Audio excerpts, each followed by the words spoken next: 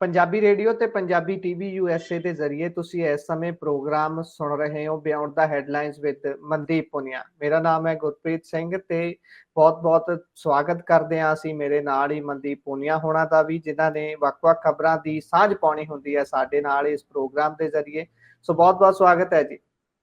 ਸ਼ੁਕਰੀਆ, ਸਤਿ ਸ੍ਰੀ ਅਕਾਲ ਗੁਰਪ੍ਰੀਤ। ਸਤਿ ਸ਼੍ਰੀ ਅਕਾਲ ਜੀ। ਸੋ ਵਧੀਆ ਖਬਰਾਂ ਵੱਲ ਨੂੰ ਇੱਕ-ਇੱਕ ਕਰਕੇ ਤੇ ਅਸੀਂ 2-3 ਦਿਨਾਂ ਤੋਂ ਲਗਾਤਾਰ ਵਕਫ ਸੰਸ਼ੋਧਨ ਬਿੱਲ ਤੇ ਸਮਾਂ ਲਾ ਰਹੇ ਹਾਂ, ਕਿਉਂਕਿ ਇਸ ਬਿੱਲ ਦੇ ਨਾਲ ਬਹੁਤ ਤਰ੍ਹਾਂ ਦੇ ਵਿਵਾਦ ਜੁੜੇ ਹੋਏ ਨੇ, ਬਹੁਤ ਤਰ੍ਹਾਂ ਦੇ ਵਿਵਾਦ ਆਉਣ ਵਾਲੇ ਦਿਨਾਂ 'ਚ ਹੋਣਗੇ ਵੀ। ਇਸੇ ਕਰਕੇ ਇਸ ਤੇ ਸਮਾਂ ਜ਼ਿਆਦਾ ਲਾਉਂਦੇ ਆ, ਕਿਉਂਕਿ ਬਹੁਤ ਤਰ੍ਹਾਂ ਦੀਆਂ ਗੱਲਾਂ ਚੱਲ ਰਹੀਆਂ ਨੇ। ਗੱਲਾਂ ਇੱਥੋਂ ਤੱਕ ਵੀ ਕਹੀਆਂ ਜਾ ਰਹੀਆਂ ਨੇ ਕਿ ਕਿਸਾਨ ਅੰਦੋਲਨ ਵਰਗਾ ਵੱਡਾ ਅੰਦੋਲਨ ਇਸ ਤੇ ਖੜਾ ਹੋ ਸਕਦਾ, ਜਿਹੜਾ ਕਿ ਕਈ ਮਹੀਨੇ ਜਾਂ ਕਈ ਲੰਬਾ ਸਮਾਂ ਚੱਲ ਸਕਦਾ। ਸੋ ਪੂਨੀਆ ਜੀ, ਪਾਇਓ ਜਰਾ ਝਾਤ ਕੇ ਵੱਖ-ਵੱਖ ਸੂਬਿਆਂ 'ਚ ਕਹਿੰਦੇ ਹੁਣ ਧਰਨੇ ਪ੍ਰਦਰਸ਼ਨ ਵੀ ਸ਼ੁਰੂ ਹੋ ਚੁੱਕੇ ਨੇ। ਕਿਤੇ ਕੋਈ ਹੱਕ ਚਾਹ ਰਿਹਾ ਹੈ, ਕਿਤੇ ਕੋਈ ਵਿਰੋਧ ਕਰ ਰਿਹਾ ਹੈ। ਉਧਰ ਸੰਸਦ ਦੇ ਵਿੱਚ ਵੀ ਦੋਨਾਂ ਸਦਨਾਂ ਦੇ ਵਿੱਚ ਕਾਰਵਾਈ ਪਾ ਦਿੱਤੀ ਹੈ ਅਗਲਿਆਂ ਨੇ। ਪਾਇਓ ਤਾਂ ਜੀ ਸਾਂਝ ਜਰਾ। ਹਾਂਜੀ, ਅੱਜ ਦੇਖੋ ਅੱਡ-ਅੱਡ ਥਾਵਾਂ ਤੇ ਇਸ ਬਿੱਲ ਦੇ ਖਿਲਾਫ ਅੰਦੋਲਨ ਸ਼ੁਰੂ ਹੋ ਗਿਆ ਹੈਗਾ। ਹੁਣ ਤਾਂ ਤੁਸੀਂ ਕਹਿ ਸਕਦੇ ਕਾਨੂੰਨ ਬਣ ਗਿਆ, ਕਿਉਂਕਿ ਰਾਜ ਸਭਾ ਦੇ ਵਿੱਚ ਵੀ ਪਾਸ ਹੋ ਗਿਆ ਹੈਗਾ ਤੇ ਹੁਣ ਲੋਕ ਸਭਾ ਦੇ ਵਿੱਚ ਵੀ ਪਾਸ ਹੋ ਗਿਆ ਹੈਗਾ। ਤੇ ਇਹ ਅੱਜ ਆਪਾਂ ਨੂੰ ਦੇਖਣ ਨੂੰ ਮਿਲਿਆ ਕਿ ਪੱਛਮ ਬੰਗਾਲ, ਗੁਜਰਾਤ, ਬਿਹਾਰ, ਝਾਰਖੰਡ, ਤਾਮਿਲਨਾਡੂ, ਤੇਲੰਗਾਨਾ, ਕਰਨਾਟਕ, ਅਸਮ ਦੇ ਵਿੱਚ ਜਿਹੜੇ ਮੁਸਲਮਾਨ ਸੀਗੇ ਉਹ ਸੜਕਾਂ ਤੇ ਉਤਰੇ ਹੈਗੇ ਆ ਤੇ ਉਹਨਾਂ 'ਚ ਮਹਿਲਾਵਾਂ ਤੇ ਬੱਚੇ ਵੀ ਸ਼ਾਮਿਲ ਸਨ। ਤੇ ਜੇ ਆਪਾਂ ਗੱਲ ਕਰੀਏ ਉੱਤਰ ਪ੍ਰਦੇਸ਼ 'ਚ 75 ਦੇ 75 ਜ਼ਿਲ੍ਹਿਆਂ 'ਚ ਹਾਈ ਅਲਰਟ ਸੀਗਾ। ਉੱਥੇ ਪੁਲਿਸ ਨੇ ਡਰਾਉਣੇ ਫਲੈਗ ਮਾਰਚ ਵੀ ਕੱਢੇ ਹੈਗੇ ਆ। ਗੁਜਰਾਤ ਦੇ ਵਿੱਚ ਪੁਲਿਸ ਨੇ ਲਾਠੀਚਾਰਜ ਵੀ ਕੀਤਾ ਜਿਹੜੇ ਮੁਸਲਿਮ ਸਮੁਦਾਇ ਦੇ ਲੋਕ ਸੀਗੇ। ਤੇ ਤੇਲੰਗਾਨਾ 'ਚ ਵੀ ਆਪਾਂ ਨੂੰ ਦੇਖਣ ਨੂੰ ਮਿਲ ਰਿਹਾ ਕਿ ਹਰ ਜਿਹੜੀ ਵੱਡੀ ਮਸਜਿਦ ਉੱਥੇ ਤੇਲੰਗਾਨਾ 'ਚ, ਉੱਥੇ ਜਿਹੜੇ ਮੁਸਲਮਾਨ ਨੇ ਉਹ ਅੰਦੋਲਨ ਕਰ ਰਹੇ ਨੇ। ਅਸਮ 'ਚ ਵੀ ਵੱਡਾ ਅੰਦੋਲਨ ਦੇਖਣ ਨੂੰ ਮਿਲਿਆ। ਤਾਮਿਲਨਾਡੂ 'ਚ ਜਿਹੜਾ ਐਕਟਰ ਵਿਜੇ ਦੀ ਪਾਰਟੀ ਹੈਗੀ ਆ, ਉਹ ਵੀ ਇਸ ਵਕਫ ਬਿੱਲ ਦੇ ਵਿਰੋਧ 'ਚ ਨਜ਼ਰ ਆਈ। ਉਹਨਾਂ ਨੇ ਵੀ ਪ੍ਰਦਰਸ਼ਨ ਕੀਤਾ ਤੇ ਕਰਨਾਟਕ ਦੇ ਵਿੱਚ ਵੀ ਇਸ ਦੇ ਨਾਰੇ ਲੱਗੇ ਨੇ। ਇਹ ਮੋਟਾ-ਮੋਟਾ ਜੀ ਇਹ ਸਮਝ ਆ ਰਿਹਾ ਹੈਗਾ। ਬਾਕੀ ਸਭ ਤੋਂ ਜਿਹੜਾ ਡਰਾਵਣਾ ਜਿਹੜਾ ਚਿਹਰਾ ਦੇਖਿਆ ਗਿਆ ਉੱਤਰ ਪ੍ਰਦੇਸ਼ 'ਚ ਦੇਖਿਆ ਗਿਆ। ਉੱਥੇ ਜਿਹੜੇ ਵੱਡੇ ਸ਼ਾਇਰ ਨੇ ਮੁਨੱਵਰ ਰਾਣਾ, ਉਹਨਾਂ ਦੀ ਬੇਟੀ ਜਿਹੜੀ ਸੁਮਈਆ ਰਾਣਾ, ਉਹਨਾਂ ਨੂੰ ਲਖਨਊ ਦੇ ਵਿੱਚ ਹਾਊਸ ਅਰੈਸਟ ਕਰਕੇ ਵੀ ਰੱਖਿਆ। ਉਹ ਵੀ ਪ੍ਰੋਟੈਸਟ ਸ਼ਾਮਲ ਹੋਣ ਦੀ ਗੱਲ ਕਰ ਰਹੀ ਸੀਗੀ। ਤੇ ਜਿਹੜੇ ਉੱਤਰ ਪ੍ਰਦੇਸ਼ ਦੇ ਅਲਪ ਮਾਈਨੋਰਿਟੀ ਕਮਿਸ਼ਨ ਦੇ ਜਿਹੜੇ ਸਾਬਕਾ ਅਧਿਕਸ਼ ਸੀਗੇ ਉਹਨਾਂ ਨੂੰ ਵੀ ਡਿਟੇਨ ਕੀਤਾ ਗਿਆ। ਬਾਕੀ ਸੰਭਲ ਦੇ ਵਿੱਚ ਜਿਹੜੀ ਜਾਮਾ ਮਸਜਿਦ ਹੈਗੀ ਆ, ਉੱਥੇ 3 ਲੋਕ ਉਸ ਮਸਜਿਦ ਦੇ ਅੰਦਰ ਹਵਨ ਯੱਗ ਕਰਨ ਵਾਸਤੇ ਵੜ ਰਹੇ ਸੀ। ਹਾਲਾਂਕਿ ਉਹਨਾਂ ਨੂੰ ਪੁਲਿਸ ਨੇ ਉਹਨਾਂ ਨੂੰ ਹਿਰਾਸਤ 'ਚ ਲੈ ਲਿਆ। ਪਰ ਤੁਸੀਂ ਆਪ ਸੋਚੋ, ਜਿਸ ਦਿਨ ਵਕਫ ਬਿੱਲ ਪਾਸ ਹੋਇਆ ਹੋਵੇ ਉਸ ਦਿਨ ਕੁਛ ਜਿਹੜੇ ਹਿੰਦੂਤਵਵਾਦੀ ਪਾਰਟੀ ਦੇ ਜਿਹੜੇ ਬੰਦੇ ਹੈਗੇ ਆ, ਉਹ ਮਸਜਿਦਾਂ ਦੇ ਵਿੱਚ ਹਵਨ ਕਰਨ ਵਾਸਤੇ ਵੜ ਰਹੇ ਨੇ। ਇਹ ਤੁਸੀਂ ਦੇਖੋ, ਸੰਭਲ ਦੇ ਵਿੱਚ ਲਗਾਤਾਰ ਤੁਹਾਨੂੰ ਪਤਾ ਹੀ ਹੈ ਕਿ ਜਿਹੜਾ ਟੈਨਸ਼ਨ ਹੈ ਉੱਥੇ ਬਹੁਤ ਜ਼ਿਆਦਾ ਵਧ ਰਹੀ ਹੈ। ਉਹਨੂੰ ਜਿਹੜਾ ਸੰਭਲ ਦੀ ਜਿਹੜੀ ਮਸਜਿਦ ਹੈ ਉਹਨੂੰ ਇਹ ਮੰਦਿਰ ਕਲੇਮ ਕਰ ਰਹੇ ਨੇ ਤੇ ਇਹ ਆਪਾਂ ਨੂੰ ਦੇਖਣ ਨੂੰ ਮਿਲਿਆ। ਤੇ ਜਿਹੜੇ RAF ਜਿਹੜੀ ਹੈਗੀ ਆ ਸਿਕਿਉਰਿਟੀ ਫੋਰਸਿਸ ਨੇ, ਉਹ ਆਪਾਂ ਨੂੰ ਉੱਤਰ ਪ੍ਰਦੇਸ਼ ਦੀ ਸੜਕਾਂ ਦੇ ਵਿੱਚ ਦੇਖਣ ਨੂੰ ਮਿਲੀਆਂ ਨੇ। ਇਹ ਮੋਟਾ-ਮੋਟਾ ਹੈਗਾ ਜੀ। ਬਾਕੀ ਅੱਜ ਰਾਜ ਸਭਾ ਦੇ ਵਿੱਚ ਉਸ ਤੋਂ ਬਾਅਦ ਵੀ ਇਸ ਤੇ ਗੱਲ ਹੋਈ ਹੈ। ਕਈ ਥਾਵਾਂ ਤੇ ਮਾੜੀ ਮੋਟੀ ਝੜਪ ਵੀ ਹੋਈ ਹੈ, ਜਿਵੇਂ ਸੰਭਲ ਦੇ ਵਿੱਚ ਝੜਪ ਹੋਈ, ਉੱਥੇ 1-2 ਬੰਦੇ ਘਾਇਲ ਹੋਏ ਨੇ। ਇਸ ਤੋਂ ਇਲਾਵਾ ਇੱਕ ਨਮਾਜ਼ੀ ਸੀਗਾ ਜੀ, ਉਹਨੇ ਵਕਫ ਬਿੱਲ ਦਾ ਸਮਰਥਨ ਕੀਤਾ ਸੀ, ਮੁਸਲਮਾਨ ਸੀਗਾ ਤੇ ਉਹਨੂੰ ਲੋਕਾਂ ਨੇ ਕੁੱਟਤਾ ਜੀ ਤੇ ਉਹਦੇ ਵੀ ਖਾਸੀਆਂ ਸੱਟਾਂ ਲੱਗੀਆਂ ਨੇ। ਤੇ ਮਤਲਬ ਤੁਸੀਂ ਹਿਸਾਬ ਲਾਓ ਕਿ ਮੁਸਲਿਮ ਕਮਿਊਨਿਟੀ 'ਚ ਇੰਨਾ ਜ਼ਿਆਦਾ ਹੈਗਾ ਕਿ ਜੇ ਕੋਈ ਮੁਸਲਮਾਨ ਇਸ ਵਕਫ ਬਿੱਲ ਦਾ ਸਮਰਥਨ ਕਰ ਰਿਹਾ ਤਾਂ ਉਹਨਾਂ ਦੀ ਕਮਿਊਨਿਟੀ ਦੇ ਆ ਕੇ ਉਹਨੂੰ ਕੁੱਟ ਦੇ ਰਹੇ ਨੇ। ਤੇ ਐਡਾ ਇਸ ਤੇ ਤੁਸੀਂ ਮੰਨ ਕੇ ਚੱਲੋ ਕਿ ਕੰਮ ਚੱਲਿਆ ਹੋਇਆਗਾ। ਤੇ ਅੰਦੋਲਨ ਦੇ ਮੈਨੂੰ ਲੱਗਦਾ ਕਿ ਇੱਕ ਸੈਂਟਰਲ ਕਾਲ ਵੀ ਇਸ ਤੇ ਆਉਣ ਵਾਲੀ ਹੈਗੀ ਆ ਤੇ ਇਹਦੇ ਖਿਲਾਫ ਅੰਦੋਲਨ ਤਾਂ ਜੀ ਹੋਊਗਾ ਜੀ। ਸੋ ਵੇਖਾਂਗੇ ਬਣਦਾ ਕੀ ਹੈ। ਉਧਰ ਓਵੈਸੀ ਹੁਣੀ ਵੀ ਇਸ ਮਾਮਲੇ ਨੂੰ ਸੁਪਰੀਮ ਕੋਰਟ ਲੈ ਗਏ ਨੇ ਜੀ, ਪਾਇਓ ਚਾਨਣਾ।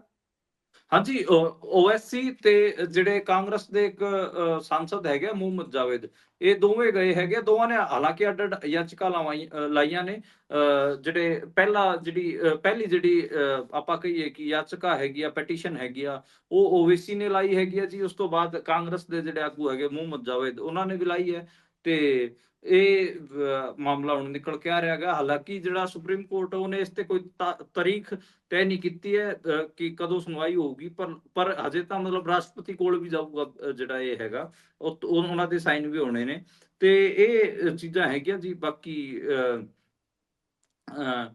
ਜੇ ਇਹਦਾ ਅਸਰ ਜੇਡੀਯੂ ਚ ਆਪਾਂ ਨੂੰ ਦੇਖਣ ਨੂੰ ਮਿਲ ਰਿਹਾ ਹੈਗਾ ਜੀ। ਨਿਤੀਸ਼ ਕੁਮਾਰ ਦੀ ਪਾਰਟੀ ਚ 7 ਜਿਹੜੇ ਵੱਡੇ ਮੁਸਲਮਾਨ ਆਗੂ ਸੀਗੇ ਉਹਨਾਂ ਨੇ ਪਾਰਟੀ ਛੱਡ ਦਿੱਤੀ ਹੈ ਜੀ। ਮੁਹੰਮਦ ਸ਼ਾਹਨਵਾਜ਼ ਮਲਿਕ ਹੋਣ ਜਾਂ ਫਿਰ ਤਬਰੇਜ਼ ਸਿੱਦੀਕੀ ਹੋਣ ਜਾਂ ਦਿਲਸ਼ਾਨ ਰਾਈਨ ਹੋਣ, ਇਹ ਸਾਰੇ, ਜਾਂ ਫਿਰ ਮੁਹੰਮਦ ਕਾਸਿਮ ਅੰਸਾਰੀ, ਇਹ ਸਾਰੇ ਜਿਹੜੇ ਵੱਡੇ ਨਾਂ ਸੀਗੇ ਜੀ, ਇਹਨਾਂ ਨੇ ਨਿਤੀਸ਼ ਕੁਮਾਰ ਦੀ ਪਾਰਟੀ ਛੱਡ ਦਿੱਤੀ ਹੈ। ਤੇ ਮਤਲਬ ਨਿਤੀਸ਼ ਕੁਮਾਰ ਦੀ ਪਾਰਟੀ ਨੂੰ ਵੱਡਾ ਅਸਰ ਪੈ ਰਿਹਾ ਹੈਗਾ ਜੀ। ਉਹਨਾਂ ਦੀ ਪਾਰਟੀ ਤੇ ਵੱਡਾ ਅਸਰ ਦੇਖਣ ਨੂੰ ਆਪਾਂ ਨੂੰ ਮਿਲ ਰਿਹਾ ਹੈਗਾ ਜੀ। ਸੋ ਉਧਰ ਜਿਹੜੇ ਆਪਣੇ ਦੇਸ਼ ਦੇ ਹੋਮ ਮਿਨਿਸਟਰ ਸਾਹਿਬ ਨੇ, ਗ੍ਰਹਿ ਮੰਤਰੀ ਨੇ, ਉਹ ਕਹਿ ਰਹੇ ਨੇ ਕਿ ਮਣੀਪੁਰ ਦੇ ਵਿੱਚ ਪਿਛਲੇ 4 ਮਹੀਨਿਆਂ ਤੋਂ ਬਿਲਕੁਲ ਸ਼ਾਂਤੀ ਹੈ, ਬਹੁਤ ਸੁਖਾਵੇਂ ਮਾਹੌਲ 'ਚ ਮਣੀਪੁਰ ਚੱਲ ਰਿਹਾ ਹੈ ਤੇ ਅਸੀਂ ਰਾਹ ਵੀ ਤਲਾਸ਼ ਰਹੇ ਹਾਂ। ਇਹ ਕੀ ਕਹੀ ਜਾਂਦੇ ਨੇ? ਇੱਕ ਪਾਸੇ ਤਾਂ ਰਾਹ ਤਲਾਸ਼ ਰਹੇ ਨੇ ਪੂਰਨ ਸ਼ਾਂਤੀ ਦਾ, ਤੇ ਦੂਜੇ ਪਾਸੇ ਕਹੀ ਜਾਂਦੇ ਨੇ ਕਿ ਸਭ ਕੁਝ ਠੀਕ ਹੈ ਪਿਛਲੇ 4 ਮਹੀਨਿਆਂ ਤੋਂ। ਦੱਸਿਓ ਤਾਂ ਕੀ ਸਭ ਚੰਗਾ ਹੈ? ਦੇਖੋ, ਅਮਿਤ ਸ਼ਾਹ ਜਿਹੜੇ ਕਾਂਗਰਸ ਦੇ ਆਗੂ ਸੀਗੇ, ਆਪਾਂ ਨੂੰ ਲਗਾਤਾਰ ਦੇਖਣ ਨੂੰ ਮਿਲਿਆ ਕਿ ਲੋਕ ਸਭਾ ਹੋਵੇ ਜਾਂ ਫਿਰ ਰਾਜ ਸਭਾ ਹੋਵੇ, ਲਗਾਤਾਰ ਮਣੀਪੁਰ ਦੀ ਗੱਲ ਤਾਂ ਹੁੰਦੀ ਰਹਿੰਦੀ ਹੈ। ਤੇ ਇਸ ਵਾਰ ਦੁਬਾਰੇ ਤੋਂ ਜਦੋਂ ਗੱਲ ਹੋਈ ਤੇ ਉਹਨਾਂ ਨੂੰ ਸਟੇਟਮੈਂਟ ਦੇਣੀ ਪਈ। ਉਹਨਾਂ ਨੇ ਕਿਹਾ ਕਿ ਅਸੀਂ ਜਿਹੜਾ ਮਣੀਪੁਰ ਚ ਰਾਸ਼ਟਰਪਤੀ ਸ਼ਾਸਨ ਲਾਗੂ ਹੋਣ ਤੋਂ ਬਾਅਦ ਕਿਤੇ ਨਾ ਕਿਤੇ ਅਸੀਂ ਕੁਕੀ ਅਤੇ ਮੈਤਈ ਕਮਿਊਨਿਟੀ ਦੇ ਵਿੱਚ ਗੱਲਬਾਤ ਕਰਨ ਦੀ ਕੋਸ਼ਿਸ਼ ਕੀਤੀ ਹੈਗੀ ਆ। ਤੇ ਅਸੀਂ ਦਿੱਲੀ 'ਚ ਇੱਕ ਜੁਆਇੰਟ ਬੈਠਕ ਵੀ ਕਰਾਂਗੇ, ਜਿਹਦੇ 'ਚ ਅਸੀਂ ਜਿਹੜਾ ਹਿੰਸਾ ਹੈਗੀ ਆ ਉਹਨੂੰ ਖਤਮ ਕਰਨ ਦਾ ਰਸਤਾ ਲੱਭਾਂਗੇ। ਹਾਲਾਂਕਿ ਉਹਨਾਂ ਨੇ ਕਿਹਾ ਕਿ 4 ਮਹੀਨਿਆਂ ਤੋਂ ਸ਼ਾਂਤੀ ਹੈਗੀ ਆ, ਪਰ ਸ਼ਾਂਤੀ ਆਪਾਂ ਨੂੰ ਪਤਾ ਕਿੰਨੀ ਹੈ। ਹਰ ਰੋਜ਼ ਕੋਈ ਨਾ ਕੋਈ ਘਟਨਾਵਾਂ ਆਪਾਂ ਨੂੰ ਦੇਖਣ ਨੂੰ ਮਿਲਦੀਆਂ ਨੇ। ਲਗਾਤਾਰ ਇੱਕ ਵਾਰ ਟ੍ਰੈਫਿਕ ਚਲਾਉਣ ਦੀ ਕੋਸ਼ਿਸ਼ ਕੀਤੀ ਗਈ ਸੀਗੀ। ਆਪਾਂ ਸ਼ਾਇਦ 10-15 ਦਿਨਾਂ ਪਹਿਲਾਂ ਇਹ ਖਬਰ ਲਈ ਸੀ ਆਪਣੇ ਬੁਲੇਟਿਨ 'ਚ, ਜਦੋਂ ਜੀ ਜੀ ਮਣੀਪੁਰ ਦੇ ਵਿੱਚ ਟ੍ਰੈਫਿਕ ਚਲਾਉਣ ਦੀ ਕੋਸ਼ਿਸ਼ ਕੀਤੀ ਗਈ, ਉੱਥੇ ਕੁਕੀ ਅਤੇ ਮੈਤੇਈਆਂ ਨੇ ਉੱਥੇ ਵਾਇਲੈਂਸ ਵੀ ਕੀਤੀ ਤੇ ਇੱਕ ਦੂਜੇ ਦੇ ਜਿਹੜੇ ਵਹੀਕਲ ਸੀਗੇ ਉਹਨਾਂ ਦੇ ਵੀ ਤੋੜ ਭੰਨ ਕੀਤੀ। ਇਹ ਸਾਰਾ ਆਪਾਂ ਨੂੰ ਦੇਖਣ ਨੂੰ ਮਿਲਿਆ ਸੀਗਾ। ਤੇ ਮਤਲਬ ਉੱਥੇ 1.5 ਸਾਲ ਹੋ ਗਿਆ ਜੀ। ਸਵਾਲ ਤਾਂ ਜਾਇਜ਼ ਹੈ। ਇਹ ਖੜਗੇ ਹੋਰਾਂ ਨੇ, ਜਿਹੜਾ ਰਾਜ ਸਭਾ ਦੇ ਵਿੱਚ ਆਪੋਜੀਸ਼ਨ ਦੇ ਲੀਡਰ ਹੈਗੇ ਆ ਮਲਿਕਾਰਜੁਨ ਖੜਗੇ ਤੇ ਕਾਂਗਰਸ ਪਾਰਟੀ ਦੇ ਰਾਸ਼ਟਰੀ ਅਧਿਕਸ਼, ਉਹਨਾਂ ਨੇ ਇਹ ਸਵਾਲ ਚੱਕਿਆ ਸੀਗਾ ਕਿ ਜੀ ਤੁਸੀਂ ਪ੍ਰਧਾਨ ਮੰਤਰੀ ਨਰਿੰਦਰ ਮੋਦੀ ਕਦੋਂ ਜਾਣਗੇ ਮਣੀਪੁਰ ਦੇ ਵਿੱਚ? ਅੱਜ ਤੱਕ ਨਹੀਂ ਗਏ। ਉਹਦੇ ਤੇ ਫਿਰ ਇਹਨਾਂ ਨੂੰ ਆਪਣਾ ਜਵਾਬ ਦੇਣਾ ਪਿਆ ਅਮਿਤ ਸ਼ਾਹ ਨੇ। ਜੀ। ਸੋ ਗੱਲਾਂ ਕਰਨੀਆਂ ਬਹੁਤ ਸੁਖਾਲੀਆਂ ਹੁੰਦੀਆਂ ਨੇ, ਪਰ ਜ਼ਮੀਨੀ ਪੱਧਰ ਤੇ ਹਰ ਕੋਈ ਜਾਣਦਾ ਹੈ ਕਿ ਦੇਸ਼ 'ਚ ਚੋਣਾਂ ਵੀ ਹੋਈਆਂ ਨੇ ਤਾਂ ਉਦੋਂ ਕਿੰਨਾ ਕੁ ਮੋਦੀ ਸਾਹਿਬ ਨੇ ਉੱਥੇ ਪੈਰ ਧਰਾਵਾ ਕੀਤਾ ਜਾਂ ਕੀ ਕੁਝ ਉੱਥੇ ਹੋਇਆ। ਸੋ ਅੱਗੇ ਚੱਲੀਏ ਜੀ। ਇੱਧਰ ਕਹਿੰਦੇ ਲਖਨਊ ਹਾਈ ਕੋਰਟ ਨੇ ਰਾਹੁਲ ਗਾਂਧੀ ਨੂੰ ਝਟਕਾ ਦਿੱਤਾ ਹੈ। ਇਹ ਕਿਹੜਾ ਝਟਕਾ ਹੈ ਜੀ? ਕਿਸ ਮਾਮਲੇ ਦੀ ਗੱਲ ਹੋ ਰਹੀ ਹੈ? ਦੇਖੋ, ਜਿਹੜੇ ਰਾਹੁਲ ਗਾਂਧੀ ਵਾਲਾ ਨੇ ਇੱਕ ਵਾਰ ਉੱਤਰ ਪ੍ਰਦੇਸ਼ 'ਚ ਇੱਕ ਬਿਆਨ ਦਿੱਤਾ ਸੀ। ਵੀਰ ਸਾਵਰਕਰ ਨੂੰ ਇਹ ਦੱਸਿਆ ਸੀਗਾ ਕਿ ਇਹ ਅੰਗਰੇਜ਼ਾਂ ਤੋਂ ਪੈਨਸ਼ਨ ਲੈਂਦਾ ਰਿਹਾ ਹੈਗਾ। ਤੇ ਉਸ ਮਾਮਲੇ ਤੇ ਜਿਹੜੇ ਸੀਗੇ ਸੁਲਤਾਨਪੁਰ ਦੇ ਵਿੱਚ ਉਹਨਾਂ ਦੇ ਖਿਲਾਫ ਮਾਮਲਾ ਦਰਜ ਕੀਤਾ ਗਿਆ ਸੀਗਾ। ਬਾਅਦ 'ਚ ਲਗਾਤਾਰ ਆਪਾਂ ਨੂੰ ਪਤਾ ਹੈ ਕਿ ਲੋਅਰ ਕੋਰਟ ਉਹਨਾਂ ਸੰਮਨ ਭੇਜ ਰਿਹਾ ਹੈਗਾ, ਉਹਨਾਂ ਨੂੰ ਕਹਿ ਰਿਹਾ ਤੁਸੀਂ ਆਓ। ਇਹ ਸਾਰਾ ਚੱਲ ਰਿਹਾ ਸੀਗਾ।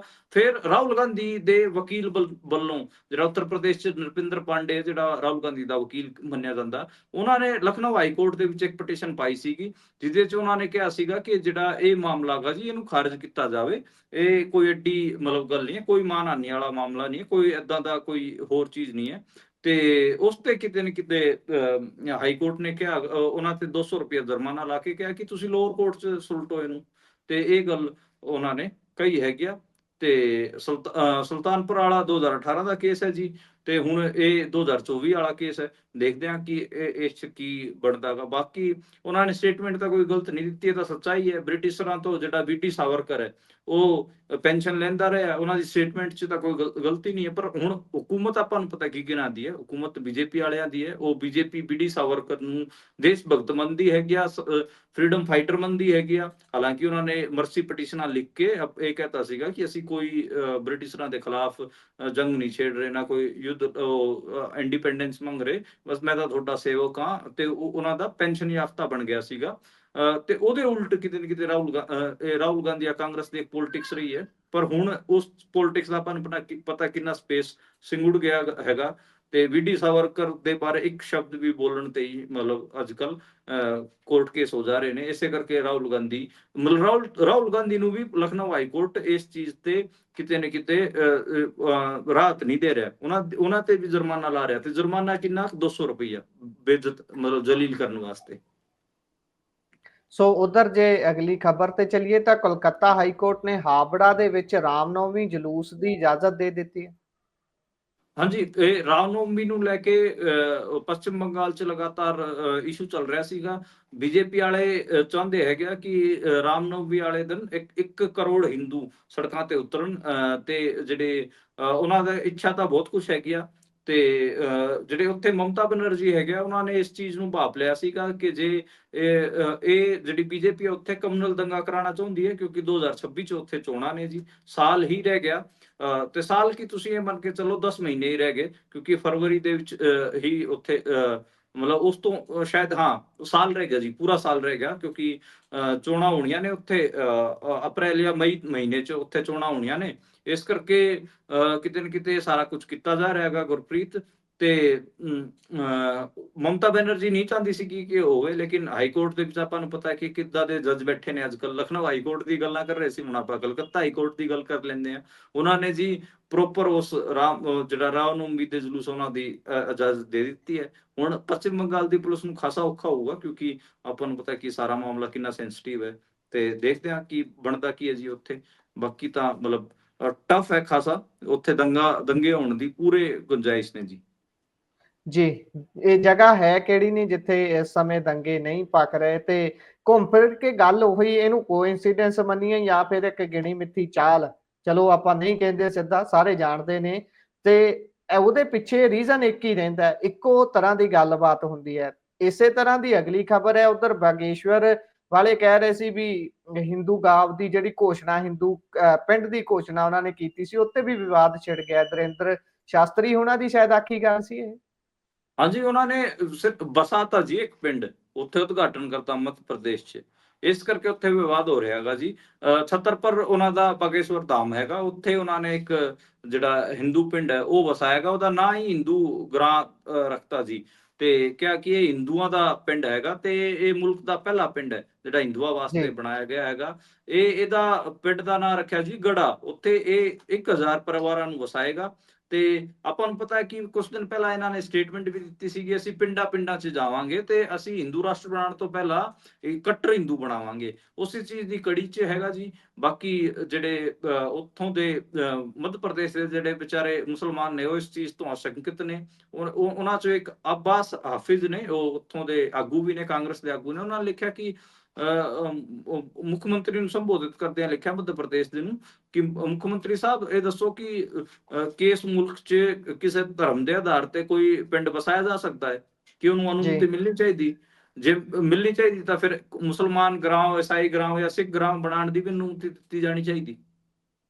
ਇਹ ਮਾਮਲਾ ਹੈਗਾ ਜੀ। ਬਾਕੀ ਦਰਿੰਦਰ ਸ਼ਾਸਤਰੀ ਹੋਰਾਂ ਨੂੰ ਕਿਤੇ ਨਾ ਕਿਤੇ ਬੀਜੇਪੀ ਵਾਲਿਆਂ ਨੇ ਗਰਾਊਂਡ ਲੈਵਲ ਤੇ, ਸ਼ਾਇਦ ਪਿੰਡਾਂ ਵਾਲੇ ਲੈਵਲ ਤੇ ਹਿੰਦੂਤਵਾ ਦੀ ਆਧਾਰਸ਼ਿਲਾ ਰੱਖਣ ਦਾ ਕੰਮ ਦੇਤਾ ਜੀ, ਠੇਕਾ ਦੇਤਾ ਹੈਗਾ। ਉਹ ਤਾਂ ਜਿਹੜਾ ਮੱਧ ਪ੍ਰਦੇਸ਼ ਆ ਉਹ ਆਲਰੇਡੀ ਬਹੁਤ ਜ਼ਿਆਦਾ ਹਿੰਦੂਆਈਜ਼ਡ, ਮਤਲਬ ਹਿੰਦੂਤਵਾ ਪ੍ਰਭਾਵ ਵਾਲਾ ਇਲਾਕਾ ਹੈਗਾ ਜੀ। ਉੱਥੇ ਬਹੁਤ ਸਾਰਾ ਮਤਲਬ ਮੁਸਲਮਾਨ ਹੇਟਡ ਵੀ ਤੁਹਾਨੂੰ ਦੇਖਣ ਨੂੰ ਮਿਲੂਗਾ। ਆਰਐਸਐਸ ਬੀਜੇਪੀ ਦਾ ਕੰਮ ਸ਼ੁਰੂਆਤ ਤੋਂ ਹੀ ਉੱਥੋਂ ਰਿਹਾ ਹੈਗਾ।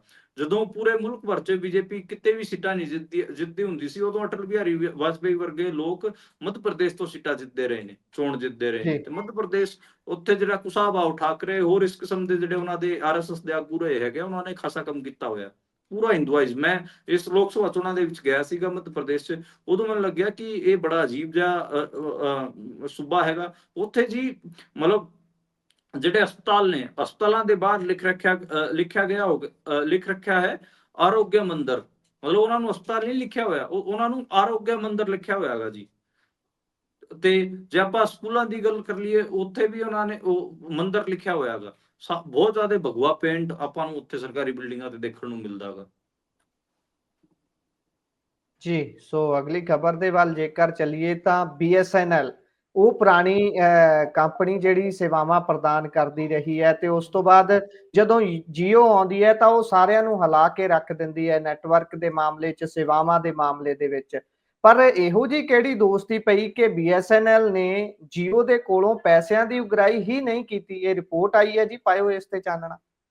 ਹਾਂਜੀ, ਇਹ ਬੜਾ ਮਜ਼ੇਦਾਰ ਹੈ ਤੇ ਸੋਸ਼ਲ ਮੀਡੀਆ ਤੇ ਲਗਾਤਾਰ ਇਹ ਲਿਖਿਆ ਜਾ ਰਿਹਾ ਹੈਗਾ ਕਿ ਜਿਹੜਾ ਅਨੰਤ ਅੰਬਾਨੀ ਦੀ ਜਿਹੜਾ ਵਿਆਹ ਹੋਇਆ ਸੀ, ਉਹਦਾ ਜਿਹੜਾ ਖਰਚਾ ਹੈਗਾ, ਇੱਕ ਤਾਂ ਜੀਓ ਦੇ ਕਸਟਮਰਸ ਨੇ ਦਿੱਤਾ, ਦੂਜਾ BSNL ਵਾਲਿਆਂ ਨੇ ਦਿੱਤਾ। ਇਹ ਮੈਂ ਇਸ ਕਰਕੇ ਕਹਿ ਰਿਹਾ ਹਾਂ ਕਿ BSNL ਦਾ ਜਿਹੜਾ ਬੁਨਿਆਦੀ ਢਾਂਚਾ ਸੀਗਾ, ਜਿਹਦੇ ਵਿੱਚ ਟਾਵਰ ਹੁੰਦੇ ਆ, ਫਿਰ ਉਹਨਾਂ ਦਾ ਆਫਿਸ ਵਗੈਰਾ ਹੁੰਦੇ ਆ, ਉਹਨਾਂ ਨੂੰ ਜੀਓ ਵਰਤਦਾ ਰਿਹਾ ਹੈਗਾ ਜੀ, ਤੇ 2014 ਤੋਂ ਵਰਤਦਾ ਰਿਹਾ ਹੈਗਾ। ਤੇ ਅੱਜ ਆਪਾਂ 2025 ਤੇ ਗੱਲ ਕਰ ਰਹੇ ਹਾਂ, 11 ਸਾਲ ਹੋ ਗਏ।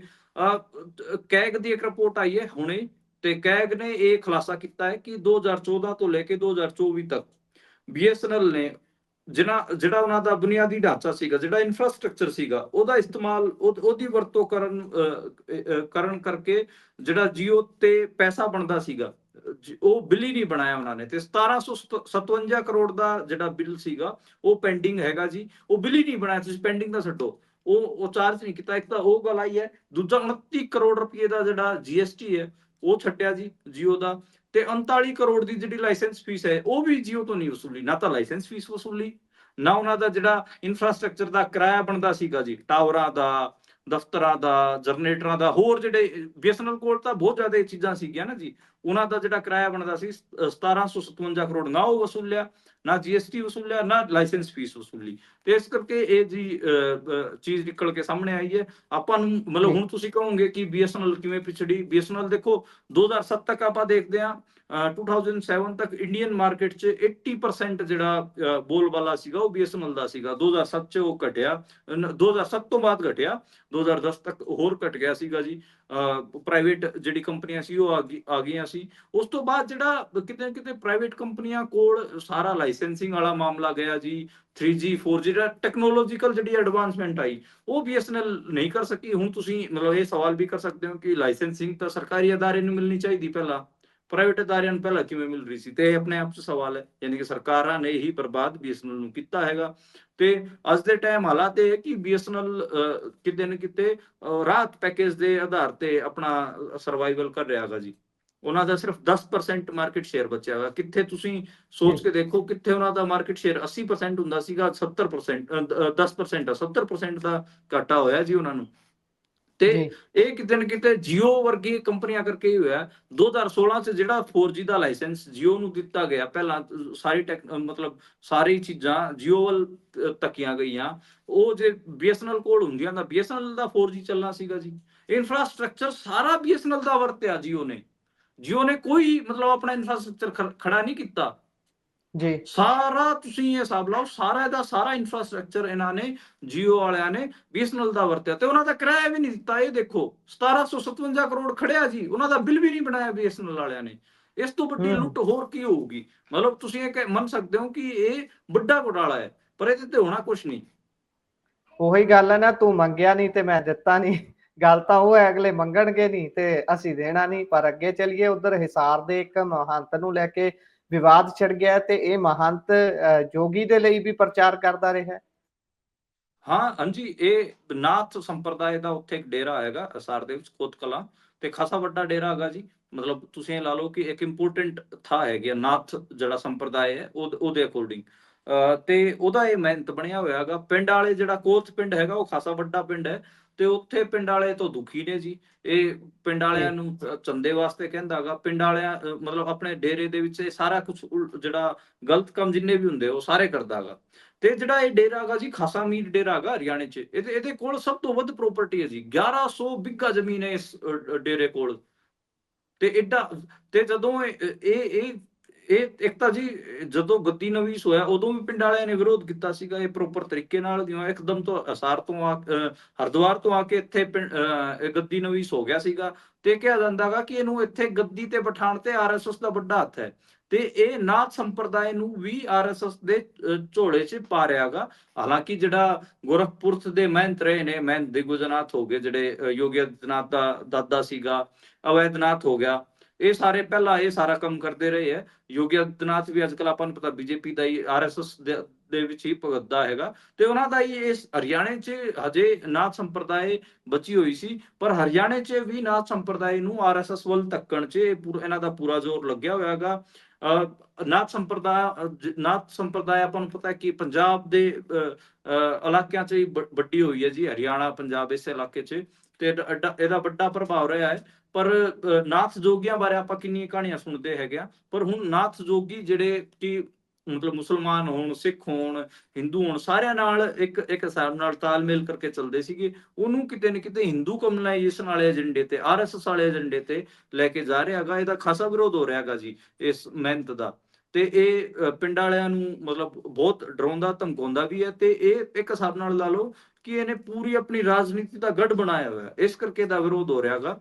ਪਹਿਲਾਂ ਆਪਾਂ ਇਹ ਗੱਲ ਕਰ ਚੁੱਕੇ ਹੀ ਆ ਕਿ ਆਰੀਆ ਸਮਾਜ ਵੀ ਹਰਿਆਣੇ 'ਚ ਆਰਐਸਐਸ ਨੇ ਕਬਜ਼ਾ ਲਿਆ, ਹੁਣ ਨਾਥ ਸੰਪਰਦਾਇ ਨੂੰ ਕਿਤੇ ਨਾ ਕਿਤੇ ਆਰਐਸਐਸ ਕਬਜ਼ਾਣਾ ਚਾਹੁੰਦਾ ਹੈ। ਕਲਚਰਲ ਸਟੋਰੀ ਹੈ ਇਹ, ਬਹੁਤ ਮਤਲਬ ਤੁਹਾਨੂੰ ਏਦਾਂ ਲੱਗੂਗੀ ਜਾਂ ਫਿਰ ਸੁਣਨ ਵਾਲਿਆਂ ਨੂੰ ਲੱਗੂਗੀ ਕਿ ਇਹਦੇ 'ਚ ਕੀ ਦਿੱਕਤ, ਮਤਲਬ ਕੀ ਨਵੀਂ ਚੀਜ਼ ਹੈ, ਕੀ ਕਿਸੇ ਬਾਬੇ ਨੂੰ, ਪਰ ਇਹ ਹਰਿਆਣੇ ਵਾਸਤੇ ਬਹੁਤ ਅਜੀਬ ਕਿਸਮ ਦੀ ਚੀਜ਼ ਹੈ, ਕਿਉਂਕਿ ਹਰਿਆਣੇ ਦੇ ਪਿੰਡਾਂ 'ਚ ਨਾਥ ਸੰਪਰਦਾਇ ਦੇ ਡੇਰੇ ਆਮ ਮਿਲ ਜਾਂਦੇ ਨੇ, ਤੇ ਉਹਨਾਂ 'ਚੋਂ ਇੱਕ ਇੰਪੋਰਟੈਂਟ ਡੇਰਾ ਹੈਗਾ ਜੀ ਜਿੱਥੇ ਹੁਣ ਆਰਐਸਐਸ ਆਪਣੀ ਪੈਨੀਟ੍ਰੇਸ਼ਨ ਕਰ ਰਹੀ ਹੈ। ਕਲਚਰਲ ਸਟੋਰੀ ਹੈ, ਕਿਵੇਂ ਜਿਹੜੀ ਕਲਚਰਲ ਹਿਸਟਰੀ ਹੈਗੀ ਆ ਤੇ ਕਲਚਰਲ ਚੀਜ਼ਾਂ ਨੇ ਹਰਿਆਣੇ ਦੀਆਂ, ਉਹਨਾਂ ਤੇ ਆਰਐਸਐਸ ਕਬਜ਼ਾ ਕਰਨ ਤੇ ਲੱਗੀ ਹੋਈ ਹੈ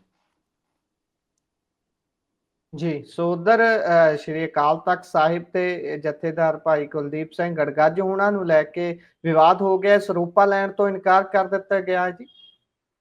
ਹਾਂਜੀ, ਦੇਖੋ ਜਿਹੜੇ ਸਾਲ 2015 ਚ ਜਿਹੜੀ ਸਰਬਤ ਖਾਲਸਾ ਬੁਲਾਈ ਗਈ ਸੀਗੀ, ਉਹਦੇ ਜਿਹੜੇ ਮੁੱਖ ਪ੍ਰਬੰਧਕ ਸੀਗੇ ਜਰਨੈਲ ਸਿੰਘ ਸਖੀਰਾ ਜੀ, ਉਹਨਾਂ ਨੇ ਅੱਜ ਸ੍ਰੀ ਅਕਾਲ ਤਖਤ ਸਾਹਿਬ ਦੇ ਜਥੇਦਾਰ ਤੋਂ ਸਰੋਪਾ ਲੈਣ ਤੋਂ ਮਨਾ ਕਰਤਾ ਹੈਗਾ, ਤੇ ਉੱਥੇ ਆਪਾਂ ਨੂੰ ਪਤਾ ਕਿ ਅੱਜ ਪ੍ਰੋਗਰਾਮ ਸੀਗਾ ਉੱਥੇ ਮਹਿਲ ਸਿੰਘ ਬੱਬਰ ਦੀ ਯਾਦ 'ਚ ਜਿਹੜਾ ਉੱਥੇ ਪ੍ਰੋਗਰਾਮ ਸੀਗਾ, ਤੇ ਉੱਥੇ ਜਦੋਂ ਕੁਲਦੀਪ ਸਿੰਘ ਗੜਗੜ ਸਰੋਪਾ ਦੇਣ ਲੱਗੇ, ਤੇ ਉਦੋਂ ਫਿਰ ਜਰਨੈਲ ਸਿੰਘ ਸਖੀਰਾ ਨੇ ਜਥੇਦਾਰ ਦਾ ਵਿਰੋਧ ਕੀਤਾ, ਜਿਹੜਾ ਸਰੋਪਾ ਸੀਗਾ ਉਹ ਲੈਣ ਤੋਂ ਨਾ ਕਰਤੀ, ਤੇ ਇਹ ਚੀਜ਼ ਆਪਾਂ ਨੂੰ ਦੇਖਣ ਨੂੰ ਮਿਲੀ ਹੈਗੀ ਆ। ਤੇ ਸਖੀਰਾ ਨੇ ਕਿਹਾ ਕਿ ਗੜਗੜ ਨੂੰ ਉਹਨਾਂ ਨੇ ਤਰਕ ਦਿੱਤਾ ਕਿ ਜਿਹੜੀ ਸੰਗਤ ਹੈ ਉਹ ਗੜਗੜ ਨੂੰ ਜਥੇਦਾਰ ਨਹੀਂ ਮੰਨਦੀ ਹੈਗੀ, ਇਸ ਕਰਕੇ ਇਹਨਾਂ ਨੂੰ ਸਰੋਪਾ ਦੇਣ ਦਾ ਕੋਈ ਅਧਿਕਾਰ ਨਹੀਂ ਹੈ, ਨਾ ਮੈਂ ਇਹਨਾਂ ਦਾ ਸਰੋਪਾ ਲੈਣਾ, ਇਹ ਗੱਲ ਨਿਕਲ ਕੇ ਆਈ ਹੈ ਜੀ। ਤੇ ਦੇਖੋ ਜਿਹੜੀ ਪਬਲਿਕ ਐਕਸੈਪਟੇਬਿਲਿਟੀ ਹੈ ਉਹਦੇ 'ਚ ਤਾਂ ਟਾਈਮ ਲੱਗੂਗਾ, ਮੈਨੂੰ ਲੱਗਦਾ। ਕੁਲਦੀਪ ਸਿੰਘ ਗੜਗੜ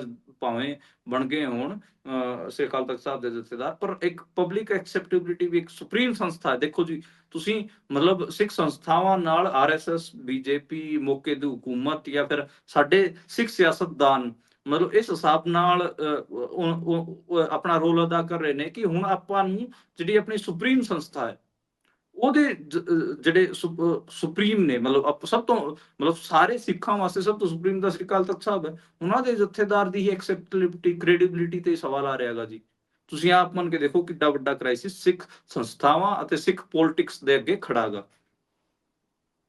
ਉਧਰ ਇੱਕ ਹੋਰ ਗੱਲ ਅੱਜ ਪੰਜਾਬ 'ਚ ਚੱਲ ਰਹੀ ਸੀ, ਭਾਈ ਜਿਹੜੇ ਕਥਾਵਾਚਕ ਨੇ ਭਾਈ ਪਿੰਦਰਪਾਲ ਹੋਣੀ, ਉਹਨਾਂ ਦਾ ਜ਼ਿਕਰ ਆ ਰਿਹਾ ਸੀ ਲਗਾਤਾਰ, ਮੈਂ ਕਈ ਜਗ੍ਹਾ ਦੇਖ ਰਿਹਾ ਸੀ ਕਿ ਉਹਨਾਂ ਨੂੰ ਸ਼੍ਰੀ ਅਕਾਲ ਤਖਤ ਸਾਹਿਬ ਦੇ ਜਥੇਦਾਰ ਵਜੋਂ ਸੇਵਾ ਦੇਣ ਤੇ ਸਹਿਮਤੀਆਂ ਜਤਾਈਆਂ ਜਾ ਰਹੀਆਂ ਨੇ, ਕਈ ਲੋਕ ਉਸ ਤੇ ਸਹਿਮਤ ਨੇ, ਪਰ ਇਸ ਗੱਲ ਦੀ ਹਾਲੇ ਪੁਸ਼ਟੀ ਨਹੀਂ ਹੈ। ਦੇਖਦੇ ਹਾਂ ਕੀ ਹੁੰਦਾ ਹੈ ਅੱਗੇ ਚੱਲ ਕੇ। ਤੇ ਲਾਰੈਂਸ ਬਿਸ਼ਨੋਈ ਦੇ ਮਾਮਲੇ ਦੇ ਵਿੱਚ ਜੇਕਰ ਚਾਨਣਾ ਪਾਇਓ ਤਾਂ ਗੁਰਸ਼ੇਰ ਡੀਐਸਪੀ ਜਿਹੜਾ, ਉਸਨੂੰ ਰਾਹਤ ਨਹੀਂ ਮਿਲੀ ਹੈ ਜੀ।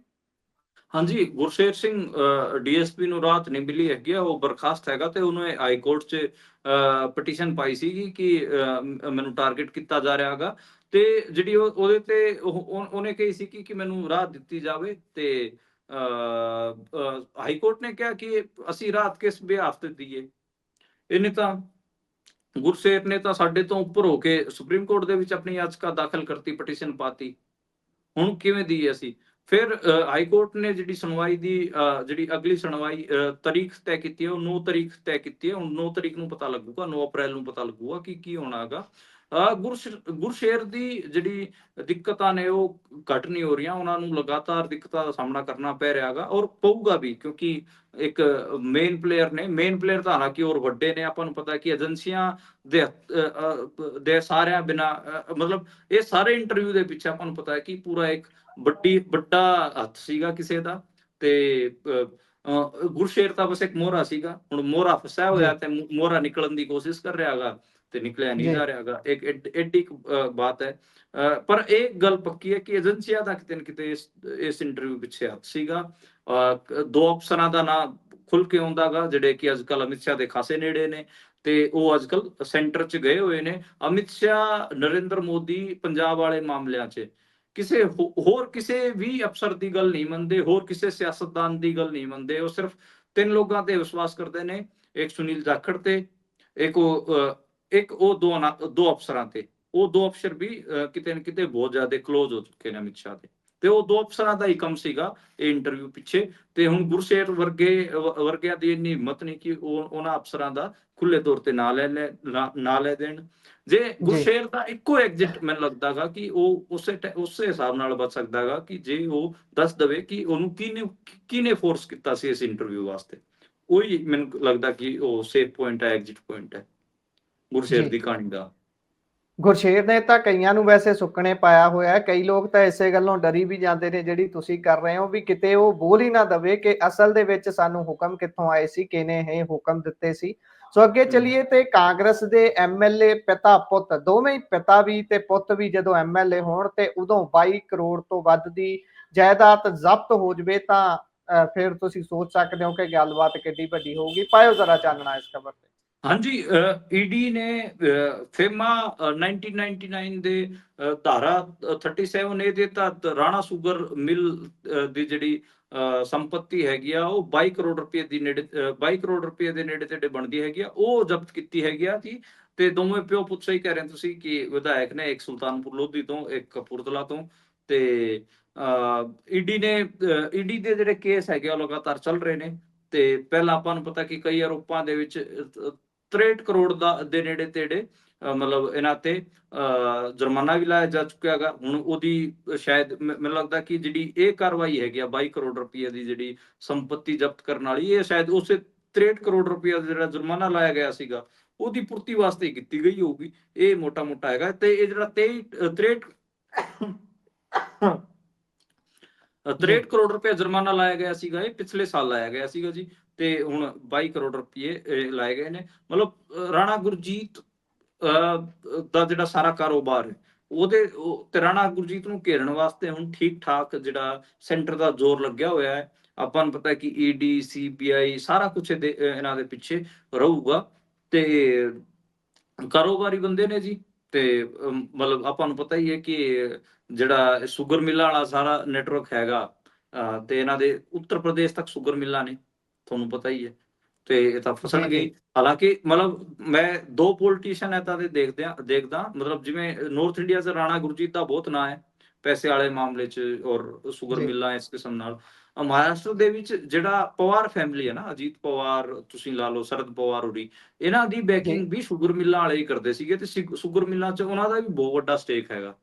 ਤੇ ਪਹਿਲਾਂ ਜਦੋਂ ਇਹ ਸਾਰਾ ਅਲਾਈਅੰਸ ਵੀ ਬਣਦਾ ਹੁੰਦਾ ਸੀਗਾ, ਕਾਂਗਰਸ ਦੇ ਨੇੜੇ ਜਿੰਨੇ ਵੀ ਇਹ ਲੋਕ ਰਹੇ ਨੇ ਸ਼ੂਗਰ ਮਿੱਲ ਵਾਲੇ ਜੀ ਸਾਰੇ ਪਹਿਲਾਂ ਕਾਂਗਰਸ ਦੇ ਨੇੜੇ ਰਹੇ ਨੇ। ਤੇ ਜਿਨ੍ਹਾਂ ਨੇ ਮੋਟੇ ਪੈਸੇ ਬਣਾਏ, ਰਾਣਾ ਗੁਰਜੀਤ ਹੋਣ ਜਾਂ ਫਿਰ ਉਧਰ ਅਜੀਤ ਪਵਾਰ ਦਾ ਜਿਹੜਾ ਕੇਸ ਖੋਲਿਆ ਸੀਗਾ ਜਦੋਂ 2019 ਚ, ਉਹ ਵੀ ਤਾਂ ਉਹੀ ਸੀਗਾ, ਸ਼ੂਗਰ ਮਿੱਲਾਂ ਵਾਲਾ ਹੀ ਸੀਗਾ। ਤੇ ਉਧਰ ਉਹਨਾਂ ਨੇ ਅਜੀਤ ਪਵਾਰ ਨੂੰ ਤਾਂ ਕਾਬੂ ਕਰ ਲਿਆ। ਹੁਣ ਦੇਖਦੇ ਆ ਜਿਹੜੇ ਰਾਣਾ ਸਾਹਿਬ ਹੈਗੇ, ਰਾਣਾ ਗੁਰਜੀਤ ਜੀ, ਉਹ ਕਾਬੂ ਆਉਂਦੇ ਜਾਂ ਨਹੀਂ ਆਉਂਦੇ, ਇਹ ਪੰਜਾਬ ਦਾ ਪਤਾ ਲੱਗੂਗਾ। ਹਾਲਾਂਕਿ ਪੰਜਾਬ ਦਾ ਪਾਣੀ ਪੀਤਾ ਮੈਨੂੰ ਲੱਗਦਾ ਕਿ ਕਾਬੂ ਨਹੀਂ ਆਣਗੇ। ਹੁਣ ਦੇਖਦੇ ਆ ਅੱਗੇ ਕੀ ਬਣੂਗਾ। ਜੀ, ਸੋ ਜਦੋਂ ਧਨਾੜ ਕਹਾਉਂਦੇ ਹੋ ਤੇ ਫਿਰ ਏਦਾਂ ਹੀ ਅੱਗਿਓਂ ਵੀ ਧਨਾਡਾਂ ਨੂੰ ਟੱਕਰਦੇ ਨੇ ਫਿਰ। ਤੇ ਜੇਕਰ ਤੁਸੀਂ ਕਿਸੇ ਇਹੋ ਜਿਹੇ ਕੰਮ ਦੇ ਵਿੱਚ ਹੁੰਦੇ ਹੋ ਜਿਸ 'ਚ ਤੁਸੀਂ ਵੱਡੀ ਗਿਣਤੀ ਲੋਕਾਂ ਨੂੰ ਇਨਫਲੂਐਂਸ ਕਰ ਰਹੇ ਹੁੰਦੇ ਹੋ ਤਾਂ ਉੱਥੇ ਤੁਹਾਡਾ ਚੰਗਾ ਮੂਵ ਤੇ ਮਾੜਾ ਮੂਵ ਦੋਨੇ ਕਾਊਂਟ ਕੀਤੇ ਜਾਂਦੇ ਨੇ।